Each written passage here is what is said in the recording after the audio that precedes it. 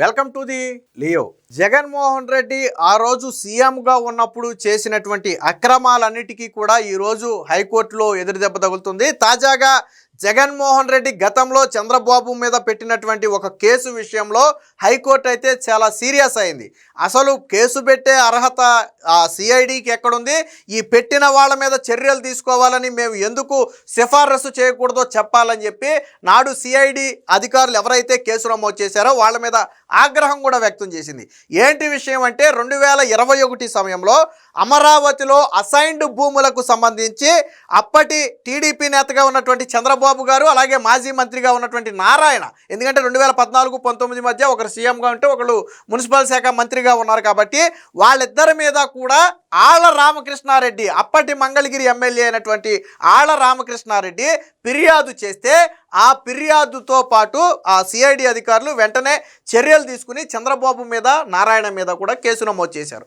తర్వాత అప్పట్లోనే ఇది హైకోర్టుకి వెళ్తే తదుపరి చర్యలు నిలిపివేయాలని చెప్పి సిఐడిని ఆదేశించింది. ఆ తర్వాత అది స్తబ్దిగా ఉండిపోయింది. అయితే తాజాగా ఇప్పుడు నారాయణ అలాగే చంద్రబాబు ఇద్దరూ కూడా మా మీద అప్పుడు పెట్టినటువంటి అక్రమ కేసును కొట్టివేయాలని చెప్పి కోర్టుకి అయితే వెళ్ళారు. సో కోర్టుకి వెళ్ళిన సందర్భంగా ఏమైంది, మళ్ళీ తిరిగి విచారణ ప్రారంభమైంది.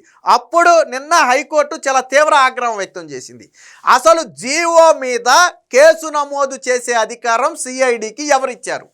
ఒక రాష్ట్ర ప్రభుత్వం ఒక జీవోని విడుదల చేస్తే ఆ జీవో మీద క్రిమినల్ కేసు నమోదు చేయడం ఏంటి? ఒకవేళ జీవోలో తప్పు ఉంటే మీరు న్యాయస్థానాల్ని ఆశ్రయించాలి తప్ప పోలీసులకు చర్యలు తీసుకునే అధికారం ఎక్కడిది? ఆ రోజు చంద్రబాబు మీద అలాగే నారాయణ మీద ఈ కేసు నమోదు చేయమన్న సిఐడి అధికారి ఎవరు? ఆ అధికారి పూర్తి వివరాలు మాకు ఇవ్వండి. నేను తరువాత అధికారి మీద చర్యలు తీసుకోవాలని ఎందుకు ఆదేశించకూడదో కూడా మాకు సమాధానం చెప్పాలని చెప్పి సిఐడి తరపు న్యాయవాదిని అయితే నిన్న హైకోర్టు చెడామడా కడిగేసింది. చాలా ఘాటుగా ప్రశ్నించింది. ఒక రాష్ట్ర ప్రభుత్వం తీసుకున్న విధానపరమైన నిర్ణయం మీద క్రిమినల్ కేసు నమోదు చేయటమా? చరిత్రలో ఇంతకుముందు ఎప్పుడైనా జరిగిందా? ఒక రాష్ట్ర ప్రభుత్వం తీసుకునే నిర్ణయాల మీద క్రిమినల్ కేసులు నమోదు చేయవచ్చా? దానికి సిఐడికి ఉన్న ప్రత్యేక అధికారాలు ఏంటి? ఏ నిబంధన ప్రకారం ఆ రోజు నారాయణ ముఖ్యమంత్రి చంద్రబాబు మీద కేసు నమోదు చేశారో మాకు పూర్తి వివరాలతో అఫిడవిట్ దాఖలు చేయాలి. దీనిలో కన్నా అధికారులు కావాలని తప్పు చేసినట్టుగా భావిస్తే అందుకు తగిన ప్రతిఫలం అనుభవిస్తారని చెప్పి చాలా ఘాటైన వ్యాఖ్యలు నిన్న హైకోర్టు అయితే చేయటంతో వైసీపీలో ఒక్కసారిగా ఉలిక్కిపాటు మొదలు. అటు ఆళ్ల రామకృష్ణారెడ్డి దగ్గర మొదలు పెడితే, సిఐడి అధికారుల దగ్గర మొదలు పెడితే జగన్మోహన్ రెడ్డి వరకు కూడా తగిలింది నిన్న ఈ షాక్. నిన్న హైకోర్టు అడిగినటువంటి ఘాటైన ప్రశ్నలు అంత తీవ్రంగా ఉన్నాయి. ఒక రాష్ట్ర ప్రభుత్వం ఒక జీవో విడుదల చేసింది, అది ఒక విధానపరమైనటువంటి నిర్ణయం. ఒకవేళ జీవోలో తప్పుందని ఎవరైనా భావిస్తే కోర్టుకు రావాలి. అంతేగాని జీవోలో ఒక రాష్ట్ర ప్రభుత్వం ఇచ్చిన జీవోలో తప్పు ఉందని చెప్పి క్రిమినల్ కేసులు నమోదు చేసే అధికారం ఎవరికీ లేదు. అసలు ఆ సిఐడి అధికారి ఎవడు? ముందు వీళ్ళ మీద కేసు నమోదు చేయమని ఆదేశాలు ఇచ్చిన సిఐడి అధికారి ఎవరు? ఒక ఎమ్మెల్యే, ఆ రోజుల్లో ఉన్న ఒక ఎమ్మెల్యే రాజకీయంగా కంప్లైంట్ ఇస్తే వీళ్ళు కేసు నమోదు చేయటం ఏంటి? మీ అధికారాలు ఎక్కడి వరకు ఉంటాయో అసలు మీకు తెలుసా అని నిన్న చాలా ఘాటుగా అయితే ప్రశ్నించడం జరిగింది. దీనికి సంబంధించిన వార్త కూడా వచ్చింది, ఒకసారి చూద్దాం. సో ఇది చూడండి, ఇక్కడ జీవో జారీ చేస్తే క్రిమినల్ కేసా? ఎమ్మెల్యే ఫిర్యాదు ఆధారంగా కేసు ఎలా నమోదు చేస్తారు? సిఐడిని సూటిగా ప్రశ్నించే హైకోర్టు అమరావతి అసైన్డ్ భూముల కేసును కొట్టివేయాలంటూ చంద్రబాబు నారాయణ చేసిన వాద్యంపై విచారణ. సో విచారణలో నిన్న చూడండి, ప్రభుత్వ విధాన పరమైన నిర్ణయంలో భాగంగా రాజధాని అమరావతి భూముల విషయంలో జీవో జారీ చేస్తే తెదేపా అధినేత చంద్రబాబు, మంత్రి నారాయణపై క్రిమినల్ కేసు ఎలా నమోదు చేస్తారని సిఐడిని హైకోర్టు సూటిగా ప్రశ్నించింది. ఎఫ్ఐఆర్ నమోదు చేసే అర్హత అసలు సిఐడికి ఎక్కడుందని నిలదీసింది. జీవోకి క్రిమినల్ చర్యలు ఎలా ఆపాదిస్తారు అని తీవ్ర అసహనం వ్యక్తం చేసింది. అప్పటి వైకాపా ఎమ్మెల్యే ఆళ్ల రామకృష్ణారెడ్డి ఫిర్యాదు చేస్తే వెంటనే ఎఫ్ఐఆర్ నమోదుకు సిఐడి డీజీ ఎలా ఆదేశిస్తారు అంటూ నిలదీసింది.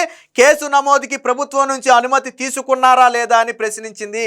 సిఐడి అప్పటి అదనపు డీజీ ఎవరా అని కోర్టు నిన్న ఆరా కూడా తీయడం జరిగింది.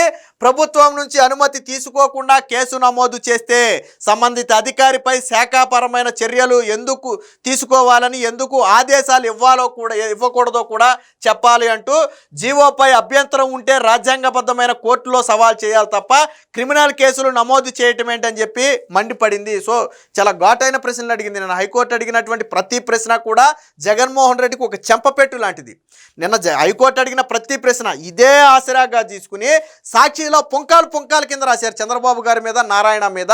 అసైన్డ్ భూములు దోచేసుకున్న గద్దలని చెప్పి వీళ్ళకి గెద్దరెక్కలు పెట్టి నారాయణకి, చంద్రబాబుకి సాక్షిలో పుంకాలుగా కథనాలు రాశారు వీళ్ళు.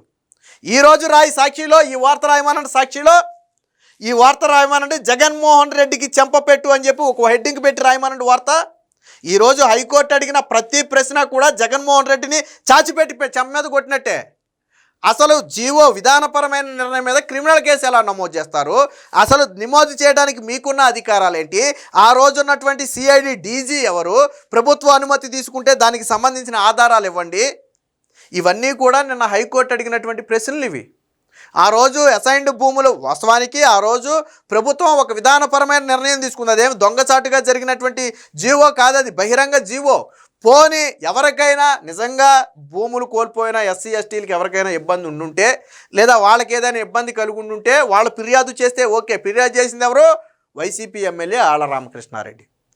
ఆయన ఫిర్యాదు చేశాడు, ఆయనకు కూడా పడింది. ఇప్పుడు దొంగ ఫిర్యాదు ఇచ్చినటువంటి ఆయన్ని ఆ రోజు కేసు నమోదు చేసిన అధికారులను అందరినీ కలిపి తీసుకెళ్లి బొక్కలో వేస్తే అప్పుడు వ్యవస్థ చక్కబడద్ది. రేపొద్దున ఇలాంటి నిర్ణయాలు తీసుకునే అధికారం ఇంకో అధికారి చేయడు. గతంలో ఎలా చేస్తేనే అటు కంప్లైంట్ ఇచ్చినోడితో పాటు నమోదు చేసినోడు కూడా తీసుకెళ్లి బొక్కలో వేశారు.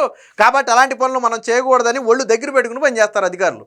సో ఆ రోజు జగన్మోహన్ రెడ్డి అధికారం ఉంది కదా అని చెప్పి దీని మీద 5 ఏళ్ల పాటు రాశాడు కథనాలు. 2021లో కేసు నమోదు చేస్తే అప్పటి నుంచి మొన్న ఎలక్షన్ల వరకు దీని మీద అసైన్డ్ భూముల మీద కథనాలు రాస్తూనే ఉన్నాడు సాక్షిలో. ఈరోజు మాత్రం నోరు మోగబోయింది, సాక్షి నోరు మోగబోయింది. ఈరోజు సాక్షి నోరు మోగబోయింది. రాయిలా సాక్షిలో ఈ వార్త గురించి సాక్షిలో రాయిలా. ఎందుకు రాయలేదు అంటే వీళ్ళు చేసిన భాగోతం బయటపడదనే భయంతో రాయిలా సాక్షిలో. ఈరోజు పుంకాలు కింద రాశారు. గతంలో ప్రభుత్వ విధానపరమైన నిర్ణయాలు తీసుకున్నప్పుడు వాటిపై కేసులను నమోదు చేయటంలో అనుసరించిన విధానం ఏంటి, ఏ ప్రాతిపదికన కేసు నమోదు చేశారో తదితర వివరాలను కోర్టు ముందు ఉంచాలని సిఐడి తరపు న్యాయవాదిని ఆదేశించింది. విచారణను బుధవారానికైతే వాయిదా వేయడం జరిగింది. సో అసలు విషయానికి వస్తే రాజధాని అమరావతి అసైన్డ్ భూముల విషయంలో వైకాపా ఎమ్మెల్యే ఆళ్ల రామకృష్ణారెడ్డి 2021 ఫిబ్రవరి 24ని ఇచ్చిన ఫిర్యాదు ఆధారంగా సిఐడి పోలీసులు అప్పటి టీడీపీ అధినేత చంద్రబాబు పైన, అప్పటి మాజీ మంత్రి నారాయణ పైన ఎస్సీ ఎస్టీ వేధింపుల నిరోధక చట్టంతో పాటు ఏపీ అసైన్డ్ భూముల బదిలీ నిరోధక చట్టం ఐపీసీ సెక్షన్ల కింద కేసు నమోదు చేసిన విషయం తెలిసిందే. ఆ కేసును కొట్టివేయాలంటూ గతంలో హైకోర్టును ఆశ్రయిస్తే అప్పుడు తదుపరి చర్యలేమీ తీసుకోవద్దని హైకోర్టు సిఐడిని నియంత్రించింది. అంటే దీని మీద డెప్త్కి వెళ్లకుండా మీరు తదుపరి చర్యలేమీ తీసుకోవద్దంటంతో అప్పుడు ఆ కేసు అలాగ ఆగిపోయింది. 2021 మార్చి 19న వాద్యాలపై విచారణ జరిపిన హైకోర్టు సిఐడి వేసిన కేసులో తదుపరి చర్యలన్నింటినీ నిలిపివేస్తూ మధ్యంతర ఉత్తర్వులు ఇచ్చింది. ఆ మధ్యంతర ఉత్తర్వులు స్టిల్ ఈ రోజు వరకు కొనసాగుతూనే ఉన్నాయి. అయితే ఈ కేసును మన మీద ఎందుకు జట్టుకోవాలనుకున్నటువంటి చంద్రబాబు, నారాయణ సో ఆధారాలు లేనటువంటి ఒక కేసుని మా మీద పెట్టారు, సో దయచేసి ఆ కేసును కొట్టేయండి అని చెప్పి గౌరవ హైకోర్టు దగ్గరికి వెళ్తే ఇప్పుడు హైకోర్టు దాని మీద విచారణ ప్రారంభించింది. అసలు ఏ ఉద్దేశంతో కేసు పెట్టారు, ఎందుకు కేసు పెట్టారని ఇప్పుడు హైకోర్టు అయితే నిలదీయడం మొదలుపెట్టింది. ఈ వాద్యాలపై హైకోర్టు తుది విచారణ జరుపుతుంది. మంగళవారం జరిగిన విచారణలో ముఖ్యమంత్రి చంద్రబాబు తరపున సీనియర్ న్యాయవాది సిద్ధార్థ లోద్రా వాదనలు వినిపిస్తే సిఐడి తరపున సోమయాజీ వాదనలు అయితే వినిపించారు. వైకాపా అప్పటి ఎమ్మెల్యే రామకృష్ణారెడ్డి ఫిర్యాదు ఆధారంగా కేసు నమోదు చేశారు. మధ్యవర్తుల సహాయంతో కొందరు స్థిరాస్తి వ్యాపారులు రాజధాని ప్రాంతంలో అసైన్డ్ భూములు కొనుగోలు చేశారు. అసైన్డ్ భూముల సమీకరణ పరిధిలోకి తీసుకొస్తూ ప్రభుత్వం జీవో 41 జారీ చేసిందని తెలిపారు. ఈ సందర్భంగా న్యాయమూర్తి పలు ప్రశ్నలు సంధించారు. కేవలం ఎమ్మెల్యే ఫిర్యాదు ఆధారంగా ఎఫ్ఐఆర్ నమోదు చేసిన సిఐడి డీజీ ఎలా ఆదేశాలు ఇస్తారు, జీవో ఆధారంగా అసలు కేసు నమోదు చేయవచ్చా అని ప్రశ్నించారు. విధానపరమైన నిర్ణయాల విషయంలో జీవో ఆధారంగా కేసు నమోదు చేయడానికి మీకున్న అధికారాలు ఏంటంటే అప్పుడు సిఐడికి ఉన్న అధికారాలు ఏంటి, చట్టం రాజ్యాంగంలో ఏమి రాసుంది, వాళ్ళు ఆ నిర్ణయం తీసుకోవచ్చా లేదా అనేది పూర్తి వివరాలతో కౌంటర్ దాఖలు చేయాలని చెప్పి హైకోర్టు అయితే ఆదేశించడం జరిగింది. అంటే ఒక రకంగా ఇది జగన్మోహన్ రెడ్డి రెడ్డికి చెంపపెట్టు. ఈ కేసు వెనక పూర్తిగా ఉన్నది జగన్మోహన్ రెడ్డి. కేసు పెట్టింది ఆళ్ల రామకృష్ణారెడ్డి అయినా కేసు వెనక ఉన్నది జగన్మోహన్ రెడ్డి. ఆ రోజు సోషల్ మీడియాలో తిప్పుకోవడానికి, సాక్షిలో పుంకాలు కథనాలు రాయటానికి, సాక్షి ఛానల్లో లైవ్ డిబేట్లు పెట్టుకోవడానికి ఉపయోగించుకున్నారు తప్ప వాస్తవానికి ఒక విధానపరమైనటువంటి జీవోని సవాల్ చేసే అధికారం ఎవరికీ లేదు. అలాంటి వాటి మీద క్రిమినల్ కేసులు నమోదు చేయలేరు. సో దీంతో జగన్మోహన్ రెడ్డి గతంలో చంద్రబాబు మీద పెట్టిన ఒక్కొక్క కేసు కొలుక్కొచ్చేస్తుంది. ఆల్మోస్ట్ ఈ కేసు కూడా ఒక కొలుక్కొచ్చేసినట్టే. దీంతో పాటు ఇప్పుడు అధికారులు బలిపశువులుగా మారతారు. ఆ రోజు సిఐడి అదనపు డీజీగా ఉన్నటువంటి వ్యక్తి ఎవరు, కేసు నమోదు చేసినటువంటి వ్యక్తి ఎవరు, దీనికి ఆదేశాలు ఇచ్చినటువంటి వ్యక్తి ఎవరు, వీళ్ళందరూ కూడా ఇప్పుడు చిక్కుల్లో పడబోతున్నారు. కోర్టే స్వయంగా చెప్పింది, మేము ఎందుకు వాళ్ళ మీద చర్యలు తీసుకోమని ఆదేశించకూడదు. వాళ్ళు చేసింది తప్పుడు పని. ఒక ప్రభుత్వ విధానపరమైన నిర్ణయం మీద క్రిమినల్ చర్యలు తీసుకోవటం అనేది జరగదు, చెయ్యలేరు. కోర్టుకి రావాలి తప్ప మీరు యాక్షన్ తీసుకోలేరు అని నిన్న కోర్టు చాలా ఘాటుగా వ్యాఖ్యానించింది. ఏది ఏమైనా మొత్తంగా ఈ గతంలో అసైన్డ్ భూముల విషయంలో చంద్రబాబు నారాయణ మీద పెట్టిన కేసుల విషయంలో జగన్మోహన్ రెడ్డికి హైకోర్టులో అతిపెద్ద ఎదురు దెబ్బ అయితే తగిలిందని చెప్పొచ్చు. Please subscribe to Leo news for more videos.